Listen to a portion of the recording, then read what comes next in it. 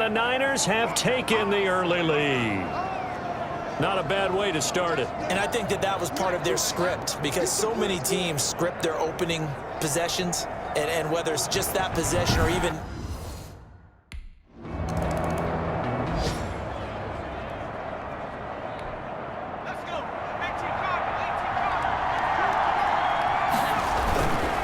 On 1st and 10, it's Mostert. He'll rumble for about 6 up across the 20 to the 22. Offside defense. Oh, are you serious?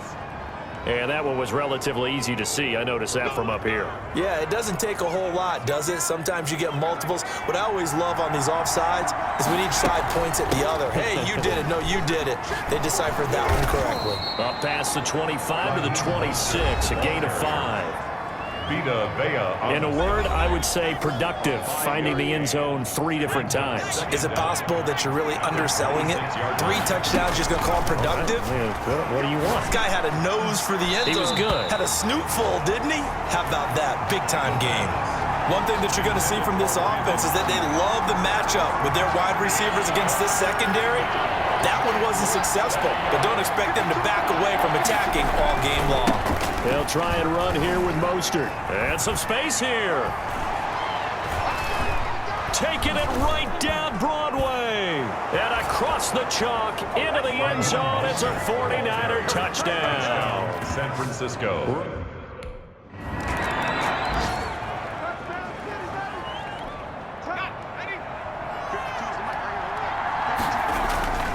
They'll try and start this drive in the air. And nearly picked off. Surprising to see a defender of his caliber let it get away, but it does get away and it's 2nd down. It's now 2nd and 10 at the 25-yard line. Hit as he throws there, incomplete. Brandon Ayuk, the one he was looking for, and it's 3rd down. Well, so far in this drive, they've done some good work. They force incompletions on 1st and 2nd down, bring up 3rd and 10.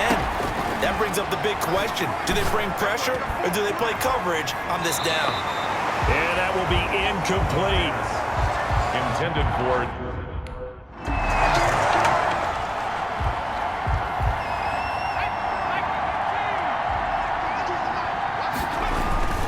Mostert. And some room to maneuver. And taking it to the 15-yard line before he's brought down. That good for 19 at a 1st down. One thing's for sure, this defense has to figure out how to stop the ground game. He's eating them up here in the 1st quarter. It looks like they have to go to different forces, aren't they? The conventional things aren't working too well. So I remember a coach of mine saying way back when a back's having a great game, you've got to get the ball out of his hands. See how far he can run without the ball. And what he meant was takeaways, knock it loose, because maybe you can't just stop him with just regular tackling. And he's going to get this back to the 3-yard line and no further. No gain on the play that time, and it sets up 2nd and goal. They'll go again from the 3 here on 2nd and goal. They'll run with Mostert. And he pushes forward but comes up short of the goal line as he'll get a yard down to about the 1. Well, they'd really like to make the short field pay off. We'll see if they can, but this is 3rd and goal. He's already scored once. He definitely had his eyes wide open trying to get in there a 2nd time, but I thought that was a really nice play defense.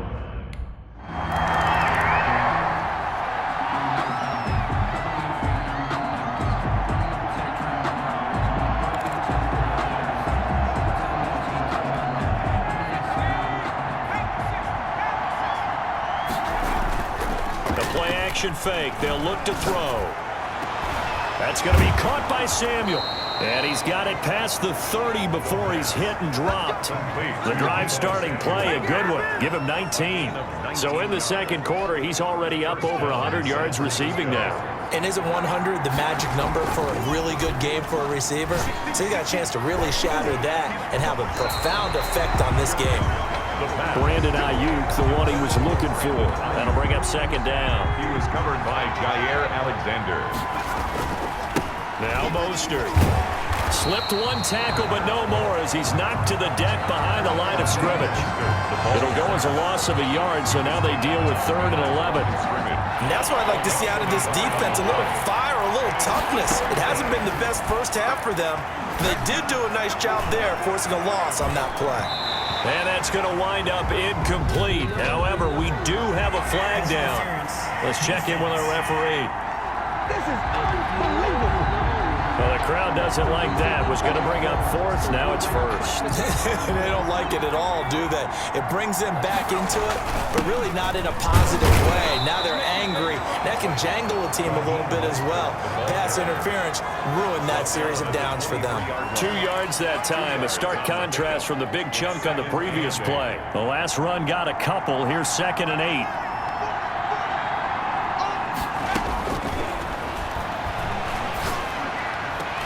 That is caught at the 7. And they work this near the 5. He'll be stopped at the 6. Complete to Deebo. Now they'll have it 1st and goal following that gain of 17. 6-yard line. Here's Mostert. And he gets him a little bit closer. He takes it from the 6 inside the 5 to the 4. And a nice job defensively to keep him out of the end zone. He's trying to get a second touchdown already in the first half. They had that one earlier, was bidding for a second. Mostert again. And the second wave of tacklers is going to get him as they stop him behind the line. Well, that was one of the few times they've been able to contain him thus far. He's over 100 yards for the game, but he lost a bit off his total on that carry. And he hauls it in the end zone. Touchdown, San Francisco. Deebo Samuel.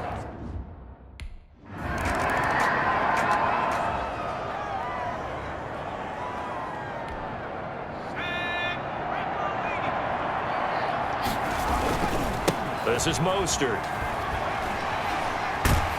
And he's going to get a solid gain of 9 before being brought down. 2nd and right at a yard. Jordan. That was a really nice job by them picking up the run blitz and detecting it and blocking it and turning it into a nice run. And a lot of times you think if you blitz a running play, you're going to smother it. But a lot of the blitzers, they come in a little bit high. They don't have great leverage, and they're easily blocked and turned to the side. 2 minutes remaining in this first half of football. A reminder coming up just a few minutes from now, we'll send you to Jonathan Coachman and our crew in Orlando. Coach will have a look. Nowhere to turn this time, and he goes down. Sacked back at the 29. Well, maybe that can give him a little bit of a pick-me-up, a little bit of a jolt. Well, the few things has gone right defensively. Because other than that, it's really been a first half to forget. Work to be done here on 2nd and 16 after the sack. And this one incomplete. Too much contact to hold on to that one, and it's 3rd down. Oftentimes when you're losing a game and the team's still throwing with this kind of a lead, you start playing a little more physically.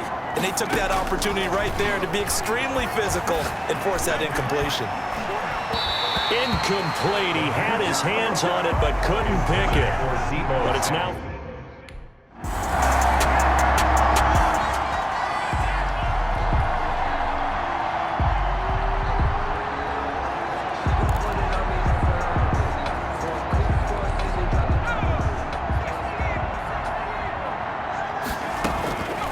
They'll come out throwing here to start the drive. He'll fire this deep for Ayuk. Into double coverage, and it's intercepted.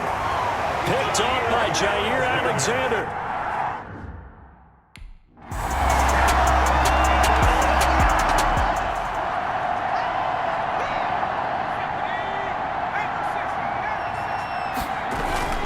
Now it's the fullback. This is Kyle Juszczyk. And able to break one tackle, but then quickly brought down. But a nice little gain. It's a 6-yard gain on the ground, and that'll make it 2nd and 4. I heard all the stories. I watched some of the tape of the old school guys, the throwback guys who were the punishing runners and knocked people aside to pick up yardage. I'm so glad I was sitting here today and got to see it. Oh, this is taken in. It's complete. Still, and he's free going down the left side. It's a foot race. Touchdown, 49ers. Brandon Ayuk.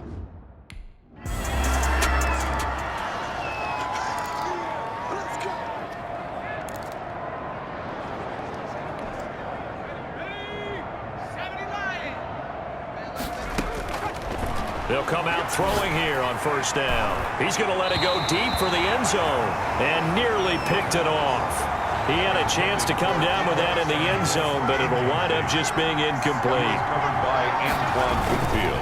Here's Mostert. And able to get about 3 as he's taken down right at the 20. The 49ers. You know how we get focused at end of the half and into the game situations about how much time's on the board and, what you need to do? Sometimes you don't have to worry about that. That's just smart football. That kind of a lead, staying in bounds, it burns clock, even in a situation that we're not really focused on it. I think a lot of people ask the same question all the time. Why do we see so many slants in the red zone? Well, the windows are tighter. Everything's more condensed. It has to be quicker, and you've got to deliver the ball on time. Your biggest worry? The ball gets tipped in the air, because if that happens, then it's fair game for the defense. Brings up 2nd and goal. On 2nd down, Mostert. And across the goal line, into the end zone. Touchdown, 49ers. San Francisco.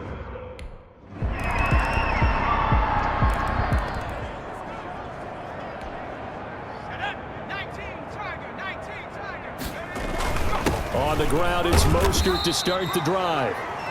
And he'll fight forward to about the 27-yard line. 49er ball carrier. Give him 3 on 1st down. It'll set up a 2nd and 7. 3. Brings up 2nd and 7. They'll stay on the ground with Mostert. And he'll get it up near the 35, right at the 34 here. 7 yards there and a 1st down. Well, that's a carry they have to be satisfied with, and throughout this game, they've been satisfied with what he's given them. Whenever they've needed a big run, a 1st down, he's the guy they've turned to. And it doesn't matter what the defense thinks. They feel like they've got the confidence to keep handing it to him and keep picking up good yardage. Officially nothing on that last run. They'll try again 2nd and 10. The 34-yard line. And for one of the first times all night, he is going to go nowhere as they bury him behind the line. This will be a loss of 3, and now a much tougher 3rd down looming. Finally, defensively, they have a little clip to show positive for actually stopping him running the football. It's been a really long night for them, hasn't it? So they got a little bit of a win there, but let's face it, the vision that he's had running the football has carried his feet to the open spaces and the big yardage all night long. And incomplete. He can't.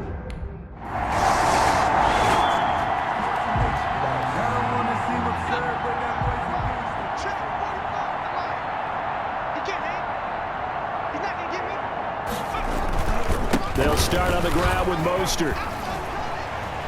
And now look at him go. He's at the 40. Touchdown, 49ers. Raheem Mostert, an 80-yard touchdown.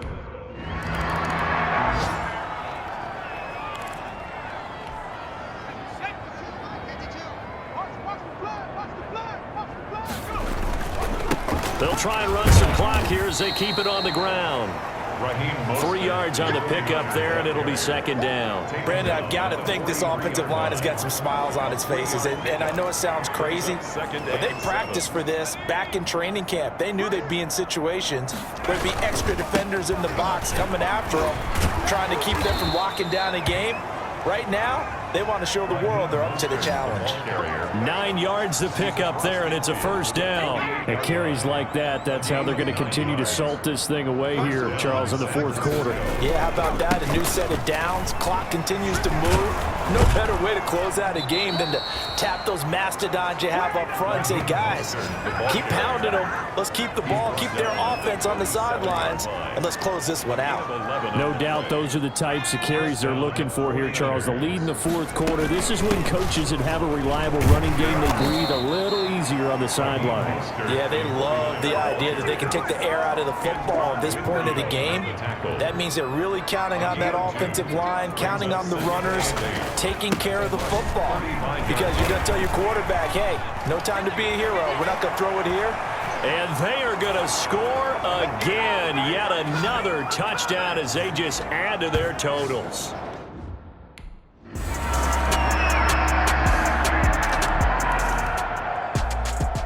Well, Charles, it's one thing to win. It's another thing to win and put up the amount of points